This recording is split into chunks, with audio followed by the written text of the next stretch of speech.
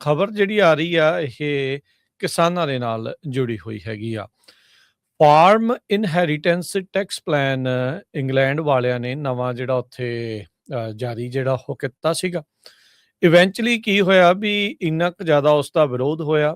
ਜਿਹੜੇ ਟਰੈਕਟਰ ਲੈ ਕੇ ਤੇ ਕਿਸਾਨ ਆ ਪਿਛਲੇ ਕਈ ਦਿਨਾਂ ਤੋਂ ਉੱਥੇ ਰੋਸ ਪ੍ਰਦਰਸ਼ਨ ਜਿਹੜੇ ਉਹ ਕਰ ਰਹੇ ਸੀਗੇ। ਤੇ ਹੁਣ ਇਵੈਂਚੁਅਲੀ ਜਿਹੜੀ ਸਰਕਾਰ ਆ ਉਸ ਨੂੰ ਇਸ ਟੈਕਸ ਪਲਾਨ ਆ ਉਸ ਨੂੰ ਵਾਪਸ ਲੈਣਾ ਪੈ ਗਿਆ ਹੈਗਾ ਆ।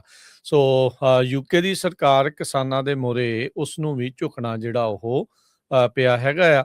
ਤੇ ਕਹਿੰਦੇ ਵੀ ਕਾਫੀ ਵਾਟਰ ਡਾਊਨ ਕਰ ਦਿੱਤਾ ਹੈ ਇਸ ਇਨਹੈਰੀਟੈਂਸ ਟੈਕਸ ਪਲਾਨ ਨੂੰ ਫਾਰਮਸ ਦੇ ਨਹੀਂ।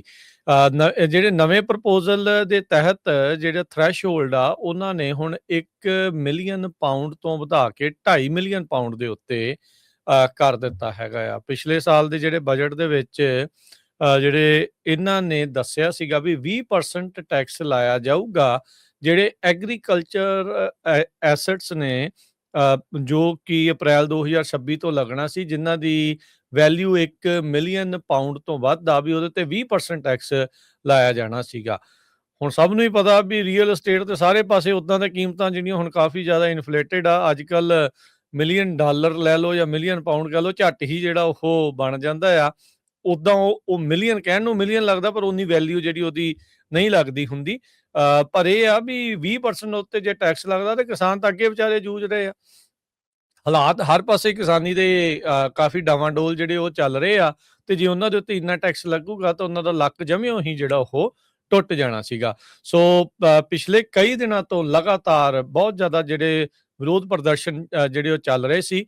ਟਰੈਕਟਰ ਲੈ ਕੇ ਇੱਥੇ ਵੀ ਸੜਕਾਂ ਦੇ ਉੱਤੇ ਕਿਸਾਨ ਜਿਹੜੇ ਉਹ ਘੁੰਮ ਰਹੇ ਸੀ। ਪੂਰਾ ਪ੍ਰਦਰਸ਼ਨ ਜਿਹੜਾ ਚੱਲ ਰਿਹਾ ਸੀ ਤੇ ਇਵੈਂਚੁਅਲੀ ਉਹਨਾਂ ਨੇ ਫਿਰ ਇਸ ਕੀਮਤ ਨੂੰ ਵਧਾ ਕੇ ਬੈਂਚਮਾਰਕ ਕੱਟ ਆਫ ਜਿਹੜੀ ਆ ਉਹ 1 ਮਿਲੀਅਨ ਪਾਉਂਡ ਤੋਂ ਵਧਾ ਕੇ 2.5 ਮਿਲੀਅਨ ਪਾਉਂਡ ਕਰ ਦਿੱਤੀ ਜਿਹੜੀ ਉਹ ਹੈਗੀ ਆ।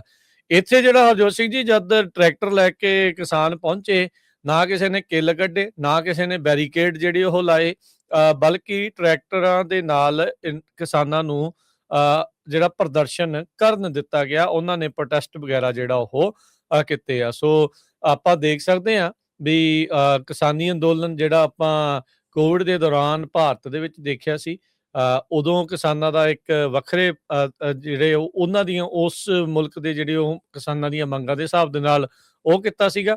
ਤੇ ਹੁਣ ਇੱਥੇ ਵੀ ਜਿਹੜਾ ਆ ਇੰਗਲੈਂਡ ਦੇ ਵਿੱਚ ਵੀ ਇਹਨਾਂ ਨੇ ਜਿਹੜੇ ਪ੍ਰਦਰਸ਼ਨ ਕਰਕੇ ਆਪਣੇ ਇਹ ਜਿਹੜਾ ਬਿੱਲ ਆ ਉਸ ਦੇ ਵਿੱਚ ਸੋਧਾਂ ਜਿਹੜੀਆਂ ਆ ਉਹ ਕਰਵਾ ਜਿਹੜੀਆਂ ਉਹ ਲਈਆਂ ਆ। ਸੋ 14 ਮਹੀਨੇ ਹੋ ਗਏ ਆ ਇਹ ਪ੍ਰਪੋਜ਼ਲ ਨੂੰ ਅਨਾਉਂਸ ਕੀਤੇ ਹੋਏ, ਪਰ ਹੁਣ ਕਿਉਂਕਿ ਅਪ੍ਰੈਲ 2026 ਦੇ ਵਿੱਚ ਇਹ ਲਾਗੂ ਹੋ ਜਾਣਾ ਸੀਗਾ ਤੇ ਕਿਸਾਨਾਂ ਨੂੰ ਵੀ ਲੱਗ ਰਿਹਾ ਸੀਗਾ ਵੀ ਕੰਮ ਸਿਰੋਂ ਪਾਣੀ ਜਿਹੜਾ ਉਹ ਲੰਘ ਜਾਣਾ ਆ, ਤੇ ਉਹਨਾਂ ਨੇ ਇਵੈਂਚੁਅਲੀ ਜਿਹੜੇ ਪ੍ਰਦਰਸ਼ਨ ਕਰਕੇ ਇਸ ਦੇ ਵਿੱਚ ਜਿਹੜੀਆਂ ਤਬਦੀਲੀਆਂ ਕਰਾਈਆਂ ਆ। ਸੋ ਇੱਕ ਹੋਰ ਥਾਂ ਦੇ ਉੱਤੇ ਕਿਸਾਨਾਂ ਨੂੰ ਜਿਹੜੀ ਉਹ ਜਿੱਤ ਜਿਹੜੀ ਉਹ ਮਿਲੀ ਹੈਗੀ ਆ। ਅਮਰੀਕਾ ਦੇ ਕਿਸਾਨ ਵੀ ਸੁਣਦੇ ਹੋਣਗੇ, ਇਹਨਾਂ ਨੂੰ ਵੀ ਜੇ ਆਪਣੇ ਹੱਕ ਹਕੂਕਾਂ ਦੇ ਲਈ ਜਿਹੜਾ ਕੁਝ ਕਰਨਾ ਪੈਣਾ ਆ, ਤਾਂ ਮੈਨੂੰ ਲੱਗਦਾ ਵੀ ਸ਼ਾਇਦ ਇਹ ਵਾਲਾ ਰਾਹ ਅਖਤਿਆਰ ਜਿਹੜਾ ਉਹ ਕਰਨਾ ਪੈ ਸਕਦਾ ਹੈ।